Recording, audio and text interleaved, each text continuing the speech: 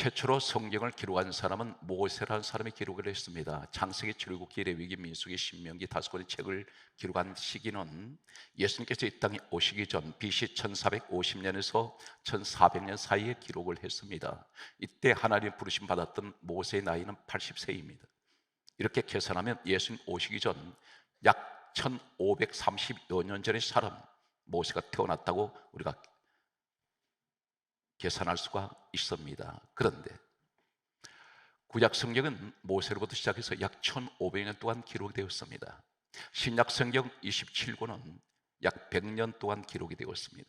예수님께서 이 땅에 오실 때는 신약 성경은 33세를 일기로 떠나실 때까지 신약 성경은 기록되지 않았습니다. 성경을 기록한 사람들은 여러 가지 학설이 있습니다. 대체적으로 33명에서 35명으로 그렇게 알려져 있습니다. 이 사람들은 서로 태어난 것이 다 다릅니다. 시대도 다릅니다. 성경을 하나로 모았더니 이 성경을 가르쳐 이렇게 말씀하고 있습니다. 이사야 34장 16절에 말씀하시기를 하나님께서 친히 말씀합니다. 너희는 여호와의 책을 읽어보라. 성경을 읽어보라고 말씀하시면서 이는 여호와의 입이 이를 명령하셨고 그의 영 성령께서 이것들을 모으셨습니다. 하나님이 친히 사람들에게 성경 기록한 이 사람들에게 성경을 이렇게 기록하라고 그렇게 지시하셨습니다. 명령을 하시고 그 사람들은 성경을 받았었습니다.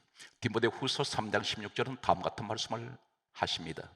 모든 성경은 하나님의 감동으로 기록이 되었습니다. 이 전 성경을 가리켜서 예수님께서 이 땅에 오셨을 때에 하시는 말씀이 다음 같은 말씀을 하십니다. 요한복음 5장 39절에 말씀하시기를 이 성경은 내게 대하여 증언하는 것이다. 예수님이 이야기하는 것입니다. 성경 말씀은 참고로 한 군데 또 말씀을 드리게 되면 요한복음 5장 46절에 말씀합니다. 모세는 내게 대하여 기록하였음이니라. 창세기, 출애굽기, 레위기, 민수기, 신명기 다섯 권의 책이 모세가 기록한 책인데 이 책이 예수님이 이 땅에 오시기 전 약 1500년 전의 사람 모세가 예수님에 관해서 기록했다는 것입니다. 1500년 전에 하나님은 모세에게 이 땅에 1500년 후에 오실 예수님에 관하여 성경은 미리 기록하게 하셨습니다. 성경 말씀은 이렇게 기록합니다. 얼마나 이 성경이 중요하냐면 마태복음 5장 18절에 예수님이 친히 이렇게 말씀합니다. 진실로 너희에게 이르노니 천지가 없어지기 전에는 율법의 1.1획도 없어지지 아니하리니. 대단히 놀라운 말씀입니다. 그렇게 말씀하시면서 율법에 기록된 대로 다 이루리라. 다 이루신다 했습니다. 구약에 기록된 이 예언은 예수님 오셔서 다 이루신다는 것입니다. 성경 말씀은 계속해서 다음 같은 말씀을 하고 있습니다. 그렇다면 율법의 1.1획이란 말이 무슨 말인가요? 점 하나도 하나님이 말씀하신 이 말씀 받아선 이 성경 기록된 사람들 점 하나까지도 그것은 아무런 의미가 없는 것이 아니라 반드시 의미가 있다는 것입니다. 하나님께서 전혀 의미 없이 성경을 기록하게 하신 것은 없습니다. 성경은 율법의 1.1획은 없어지지 않는다. 언제까지? 천지가 없어지기 전에는 이것을 다 이루신다 했는데 언제 이루셨을까요? 요한복음 1장 17절에 이렇게 강조하고 있습니다. 예수님이 또 이렇게 말씀합니다. 율법은 모세로 말미암아 주어진 것이라 이렇게 말씀합니다. 그 율법이 모세로 말미암아 주어졌다는 것은 모세가 기록했던 창세기, 출애굽기, 레위기, 민수기, 신명기 다섯 권의 책이 모세 율법, 모세 오경이라고 그렇게 신학적인 용어로는 부릅니다. 그렇다면 모세가 기록했던 창세기부터 신명기 다섯 권의 책 속에 이 율법책이라는 하는 말씀 및 성경이 기록된 이 내용을 1.1획도 없어지지 않는다, 이거 다 이룬다, 이 말씀이 무슨 말씀이냐면 모세에게 말씀하셔서 성경 기록했던 창세기, 출애굽기, 레위기, 민수기, 신명기에 기록된 점 하나까지도 다 이유가 있다는 것입니다. 그리고 1획 물 하나 긋는 걸작 하나 그을 때 이 짝대기 하나 긋는 것까지도 절대 쓸모없이 기록된 것은 아니다. 그렇다면 도대체 하나님 말씀하시는 이 점 하나까지도 하나님 뜻이 있다는데 어떤 뜻이 계실까요? 성경 말씀을 계속해서 소개합니다. 누가복음 24장 44절 말씀에 보게 되면 다음 같은 말씀을 하십니다. 예수님 또 이렇게 말씀합니다. 제자들 입을 빌리지 않습니다. 모세의 율법과 선지자의 글과 시편의 나를 가리켜 기록된 모든 것이 이루어져야 하리라. 계속해서 구약 성경을 말씀합니다. 이 구약에 기록된 것이 다 이루어져야 된다는 것입니다. 예수님께서 혹시 어디서 이루실까요? 성경 말씀을 또 이렇게 기록하고 있습니다. 요한복음 19장 30절에 보면 예수님께서 십자가에 달리셔서 마지막 운명하시는 순간, 바로 그때 하시는 말씀이 내가 다 이루었다. 여기서 이루어집니다. 그러면 십자가에서 다 이루셨다는데 1.1획 점 하나까지도 하나님께서 다 이루신 내용은 어떤 것일까요? 성경 말씀을 계속해서 소개하겠습니다. 요한계시록 22장 13절 말씀 보게 되면 우리 주님이 이렇게 말씀합니다. 나는 알파와 오메가요, 나는 처음과 마지막이요, 나는 시작과 마침이라. 알파 오메가는 이 단어가 첫 글자가 알파, 마지막 글자가 오메가, 그리고 처음과 마지막이다. 나는 시작도 내가 했고 끝도 내가 끝맺을 것이다. 그래서 시작과 마침이 예수 그리스도로 했는데, 우리가 가지고 있는 성경 66권이 어떤 내용이 있을까요? 성경 말씀을 보게 되면 골로새서 1장 16절에 이렇게 기록하고 있습니다. 우리 예수님을 가리켜 만물이 그에게서 났고 만물이 그가 창조했다고 말씀합니다. 예수님이 창조하셨다는 것입니다. 그렇다면 빌립보서 2장 6절에 말씀하시기를 우리 예수님은 근본 하나님, 따라서 하나님 본체, 우리 예수님 하나님 본체라는 것입니다. 그런데 이 땅에 오실 때는 하나님 아들로 오셨습니다. 그런데 사람의 모습으로 오신 그분이 하나님 본체세요. 그렇다면 골로새서 1장 18절 말씀을 소개하겠습니다. 참고로 말씀드립니다. 신약 성경은 헬라어로 원문이 되어 있습니다. 구약은 히브리어가 원문입니다. 나머지는 다 번역이 된 것들입니다. 그런데 여기 헬라어 원문에 보면 골로새서 1장 18절에 우리 예수님을 가리켜 근본, 이 말씀이 아르케입니다. 아르케란 이 말이 바로 어디에 똑같은 아르케를 단어를 사용하고 있느냐면 요한복음 1장 1절에 따라서 태초에 말씀이 계시니라. 이 태초가 아르케입니다. 다시 말씀드려서 우리 예수님이 태초란 말입니다. 그런데 창세기 1장 1절이 어떻게 시작됩니까? 태초에 하나님께서 천지를 창조하시니, 태초가 헬라어로 말씀드리면 시작이, 성경 첫 시작이 예수입니다. 마지막 계시록 22장 21절이 성경 66권 마지막 구절입니다. 여기는 어떻게 되어 있습니까? 주 예수의 은혜가 모든 자들에게 있을지어다. 아멘. 여기서 끝나버립니다. 그렇다면 성경 첫 시작은 태초를 말씀하신 아르케 예수로 시작해서 성경 마지막 구절인 요한계시록 22장 21절에 주 예수의 은혜가 모든 자들에게 있을지어다. 아멘. 예수를 끝나버립니다. 이 성경 66권 안에 뭐가 있습니까? 천지 창조가 들어 있습니다. 모든 우주 만물의 창조 역사 다 들어 있습니다. 그 주인이 누구세요? 우리 예수란 말입니다. 이해가 되십니까? 하나님께서 이 땅에 에덴이라는 동산을 세우셨습니다. 이제 말씀을 좀 더 집중하십시오. 에덴이라는 동산을 세우셨는데 하나님께서 이 에덴에다가 동산을 지으시고 그곳에 최초의 사람 아담 하바를 그곳에 두셨습니다. 그리고 죄가 들어오기 전에 처음으로 인간에게 최초로 선포하신 한 가지 말씀이 창세기 1장 28절에 모든 인류의 첫 하나님께서 주신 말씀이 창세기 1장 28절에 이렇게 말씀합니다. 복을 주어 생육하고 번성하고 충만하고 정복하고 다스리라. 이 5가지 축복은 모든 인간들에게 받는 최고의 복들입니다. 생육의 복은 우리 태어나서 죽을 때까지 건강의 축복, 그리고 자손의 축복, 그리고 번성 충만 정복해라. 환경을 정복하고 다스릴 수 있는 권한을 주셨습니다. 누구한테 지배를 받지 말라는 것입니다. 항상 통제받지 말라는 것입니다. 모든 것이 내가 자유자가 되고 내가 모든 것을 주권을 가지고 다스릴 수 있는, 그리고 통제할 수 있는, 정복할 수 있는 그런 축복을 내려주셨습니다. 그런데 이 복이 뭐냐면 바로 히브리어는 바라크입니다. 바라크란 말이 무슨 말입니까? 가장 앞에 복을 주어 생육, 번성, 충만, 정복, 다스려라. 여기 복이 뭐냐면 바라크. 이 말씀은 히브리어 바라크는 원문은 무엇을 말씀하냐면 예배하다, 하나님께 엎드리다, 하나님을 섬기다, 절하다 뜻입니다.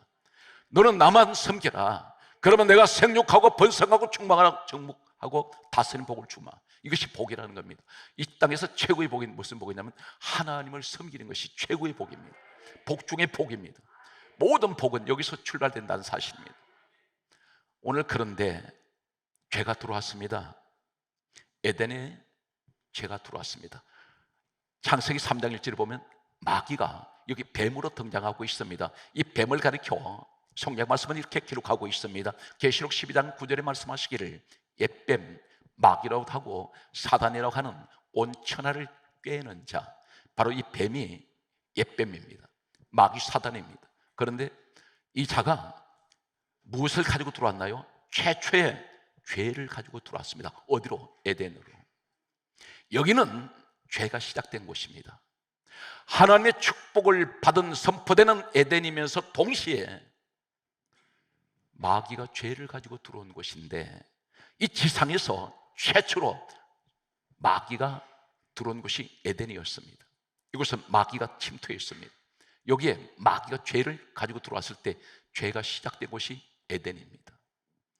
그런데 선악과를 하나님 먹지 말라고 하실 때 선악과를 먹게 만든 순간 최초로 인간에게 죄가 시작된 곳이 또한 에덴입니다. 창세기 3장 17절에 하나님 저주가 선포된 곳, 저주가 시작된 곳이 에덴입니다. 또 최초로 창세기 3장 15절에 하나님께서 이 뱀에게 하실 말씀이 마귀 사단에게 경고하셨습니다. 여자의 후손이 너 머리를 상하게 할 것이다. 너는 그의 발꿈치를 상하게 할 것이다. 여기서 바로 예수님의 이 땅에 오실 것을 이미 하나님은 마귀에 경고하십니다. 여자의 후손을 했습니다. 여기에 오늘 주제가 하나 있습니다.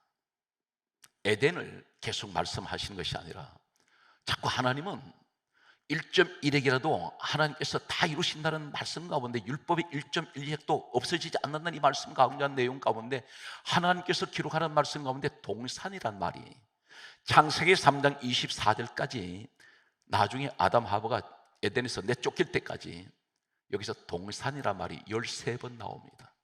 동산, 동산, 동산. 에덴이라고 말씀하지 않습니다. 동산, 동산. 어떻게 그렇게 기록되어 있을까요? 왜 하나님께서 이 동산이라는 말씀을 계속 강조하십니까? 어떤 하나님의 뉘앙스가 있습니다. 앞으로 이 동산에 대해서 어떻게 일을 하실 것인지를 말씀하시는데, 동산이 13군데를 잠깐 소개하면 창세기 2장 8절 동산, 2장 9절에 동산, 2장 10절에 동산, 창세기 2장 15절과 16절에 동산, 동산을 말씀하고 있습니다. 또한 창세기 3장 1절에도 동산, 2절, 3절에도 동산을 말씀합니다. 창세기 3장 8절과 창세기 3장 10절에 동산이라고 말씀하시면서 창세기 3장 23절과 24절에 동산이라고 말씀합니다. 왜 하나님이 이 말씀을 계속 강조하실까요? 우리가 성경을 많이 읽지만 아무 의미 없이 지나치는 사람들이 있습니다. 예수님께서 십자가에서 내가 다 이루었다, 이 말씀의 놀라운 은혜가 어떤 것이냐면, 우리 하나님은 몇 천년 거리를 두고 말씀하신 그 약속을 그대로 그 자리에서 이루시는데, 어디서 이루신지 아세요? 동산에서 이룹니다. 동산에서 완전히 끝내버립니다. 죄의 시작이 어디서 시작됩니까? 동산에서 시작됩니다. 에덴 동산에서. 마귀의 시작이 에덴 동산에서, 죄의 시작이 에덴 동산에서, 저주의 시작이 에덴 동산에서, 여기서 하나님이 끝장내겠다는 것입니다. 어떻게 하십니까? 성경 말씀을 가면 신약으로 가겠습니다. 예수님 오셨습니다. 그런데 동산이라는 말씀이 마태, 마가, 누가, 요한복음에 5번 나와요. 놀라운 사실은, 그런데 이 5번이 전부가 예수님 십자가 사건과 관련이 있습니다. 어디에 있습니까? 요한복음 18장 1절에 보면 예수님께서 제자들을 데리고 성경에 이렇게 강조합니다. 동산으로 가셨다, 이렇게 기록되어 있습니다. 또 한 군데는 요한복음 18장 26절에 보게 되면 베드로가 예수님께서 겟세마네 동산에서 기도하시고 내려오실 때에 예수님을 잡으러 왔던 로마 군병들이 있습니다. 이때 베드로가 칼을 빼서 대제사장 말고라는 종의 오른쪽 귀를 베어버립니다. 그리고 이 사람은 예수님 붙잡혀 섰을 때 베드로 도망가 버렸습니다. 그리고 멀찍이 예수님 신문 받으시는 그곳으로 숨어 들어왔습니다. 그리고 사람들이 모여 앉아서 불을 쬐고 있는, 추워서 불을 쬐고 있는 그 자리에 주저앉아 있는데, 여기 성경에 뭐라고 기록하냐면 베드로가 칼로 오른쪽 귀를 베어버린 친척이 베드로를 보더니 하는 말이, 너도 그와 함께 동산에 있었을 내가 보았다. 여기 동산의 말이 나와요. 그런데 여기서 가장 핵심적인 내용 한 구절을 소개하겠습니다. 요한복음 19장 41절에 예수께서 십자가에 못 박히신 곳에 동산이 있고, 이 말씀을 강조할까요? 예수님께서 십자가에 못 박히신 곳에 동산이 있고, 우리 하나님께서 성경을 기록하게 하셨는데 왜 이 말씀을, 그 말씀을 강조합니까? 이렇게 기록하면 됩니다. 예수님께서 십자가에 못 박히셨다 하면 될 텐데, 못 박힌 곳에 동산이 있고, 동산 안에, 이 말씀이 요한복음 19장 41절에 계속 강조합니다. 예수께서 십자가에 못 박히신 곳에 동산이 있고, 동산 안에 아직 사람을 장사하지 않은 새 무덤이 있는지라. 여기에 예수님 장사됐어요. 한 군데를 더 소개합니다. 우리가 막달라 마리아 부활을 했을 때 예수님 만났던 막달라 마리아를 우리는 알고 있습니다. 설교 때 들으셨을 것입니다. 그런데 요한복음 20장 15절에 보게 되면 막달라 마리아가 예수님께서 십자가에 고난당하시고 십자가에 죽으시고 난 후에 무덤에 계실 때에 사흘 만에 새벽에 막달라 마리아가 예수님 무덤을 찾아갔습니다. 그때에 요한복음 20장 15절에 보게 되면 무덤 안을 들여다봤더니 예수님 시신이 없어졌습니다. 이때 주님 부활하셨습니다. 막달라 마리아가 무덤 밖에서 울고 있습니다. 그런데 부활하신 주님이 막달라 마리아에게 이렇게 물으십니다. 여자여 어찌하여 울며 누구를 찾느냐, 이렇게 물으셨을 때 성경이 이렇게 강조합니다. 막달라 마리아가 그가 동산지기인 줄 알고, 예수님 무덤이 어디 있습니까? 동산에 있다는 것입니다. 예수님 무덤에서, 동산에 있는 무덤에서 부활하셨다는 것입니다. 그렇다면 여기서 가장 중요한 것은 동산에 있는 그곳에서 예수님 십자가 세워졌습니다. 동산에 있는 십자가 위에서 예수님 죽으셨습니다. 동산에 있는 무덤에 주님 시신 안치되었습니다. 동산에서, 그 무덤에서 부활하셨습니다. 여기서 다 이룹니다. 그래서 요한복음 19장 30절에 마지막 운명하실 때 내가 다 이루었다, 이 말씀이 무슨 말씀인가요? 에덴 동산이란 동산을 계속 강조하신, 여기서 죄가 시작되었는데 예수님 어디서 모든 죄를 다 해결하냐면 동산에서 해결하십니다. 그런데 여기서 마귀를 심판하시고 모든 죄를 예수님 피로서 깨끗하게 해버리고, 그리고 예수님께서 모든 저주를 다 걷어버리세요. 어디에서? 동산에서 소개합니다. 예수님 왜 죽으셔야 합니까? 죽지 아니하셔도 죄인 구원하실 수 있는데, 그분은 무엇든지 할 수 있지 않습니까? 그런데 십자가를 지시고 달려서 올라갈 때 어디로 올라가셨어요? 공중으로 올라갔습니다. 십자가에 달린 건 공중입니다. 거기서 운명하세요. 십자가 위에서 운명하실 때 거기 뭐가 있습니까? 에베소서 2장 2절에 성경이 이렇게 강조합니다. 공중 권세 잡은 자, 불순종의 아들들 가운데 역사하는 영, 악령이 거기 있어요. 공중에 있어요. 공중 권세 잡고 있어요. 이 공중을 지배하는 자가 악령들입니다. 성경 공중 권세 잡은 자입니다. 또 한 가지, 에베소서 6장 12절에 보면 하늘에 있는 악의 영들이라 있습니다. 악령들 공중에 떠돌아다녀요. 이걸 지배하는데 예수님 여기서 이 공중 권세 잡은 자들이 잡으려면 어떻게 돼요? 그 속으로 들어가셔야 되는데 그건 공중에 올라가셨습니다. 그런데 예수님께서 왜 죽으셔야 되냐면 히브리서 2장 14절에 크게 따라서요, 죽음을 통하여, 예수님 죽으셔야 된다는 겁니다. 죽음을 통하여, 따라서요, 죽음의 세력을 잡은 자 마귀를 멸하시기 위하여, 마귀를 심판하려면 예수님 죽으셔야 됩니다. 왜 그러냐면 죽음의 세력을 잡은 자들이, 마귀가 그 세계, 공중권세 잡은 세계로 들어가야 되는데 예수님이 죽으셔야 그 죽음의 세계로 들어가실 수 있습니다. 살아계시면 못 들어갑니다. 그런데 죽음의 세력을 잡은 자가 누구냐? 마귀란 말입니다. 그런데 예수님 거기 공중에 올라가셔서 죽음의 세력을 잡은 자들이 있는 곳에 올라가셔 죽으셨어요. 그 속에 들어가셔서 무덤은 누가 있는 곳입니까? 죽은 자들이 있는 곳이죠. 여기서 살아나 버리십니다. 이기셨단 말입니다. 죽음에서 살아난 분은 예수님밖에 안 계십니다. 이해가 됩니까? 그래서 오늘 이 사건이 무엇을 얘기하냐면, 사랑하는 성도 여러분, 염려하지 마십시오. 걱정하지 마세요. 왜 그렇습니까? 우리의 하나님은 여기서, 그러면 에덴에 있는 것을 동산이라 했는데, 예수님 십자가 죽으신 곳도 동산인데, 그러면 동산이 다르잖아요. 이렇게 말한 분이 있습니다. 여기서 에덴에 있는 동산에서 시작된 모든 죄, 마귀로부터 시작된 죄, 인간으로부터 최초로 시작된 죄, 저주가 시작된 죄, 이것들이 전부 다 예수님 십자가를 지신 동산에서 예수 그리스도 피로, 요한복음 1장 7절에 이렇게 강조합니다. 예수의 피가 우리를 모든 죄에서 깨끗하게 해버립니다. 마귀를 멸하셨습니다. 그렇다면 시대가 다르고 분명 에덴의 동산과 예수님 십자가 지신 동산 다릅니다. 그런데 영적으로 보면 어떻습니까? 꼭 기억하세요. 계시록 11장 8절에 보면 따라서요, 영적으로 하면, 거기 가서 영적으로 하면 소돔이라고 하고 애굽이라고도 하는 곧 그들의 주께서 십자가에 못 박히신 곳이라. 소돔, 애굽이 달라요. 장소는 다릅니다. 그런데 영적으로 보면 예수님 십자가 못 박힌 곳이 똑같다는 것입니다. 이 말이 무슨 말이냐면, 소돔은 왜 망했습니까? 죄 때문에 망했죠. 애굽, 죄악의 도시입니다. 예수님께서 죄인들을 위해서 죽으신 이 사건은 영적으로 보면 에덴이라는 동산, 분명 예수님 십자가에 못 박히신 동산은 장소가 다르고 시대가 다 다르지만 영적으로 보면 동산은 똑같다는 것입니다. 거기에 예수님이 십자가를 지심으로 동산에서 시작된 죄가 동산에서 죄 문제를 해결하셨다는 것입니다. 그래서 우리는 누굽니까? 자위자예요. 내 죄를 고린도후서 5장 14절에서 15절에 예수님이 내 대신에 죽으셨다는 것입니다. 내가 죽어야 되는데 예수님 대신 죽으셨어요. 이것은 세상과 뜬것을 보답할 수 없는 은혜 중에 은혜입니다.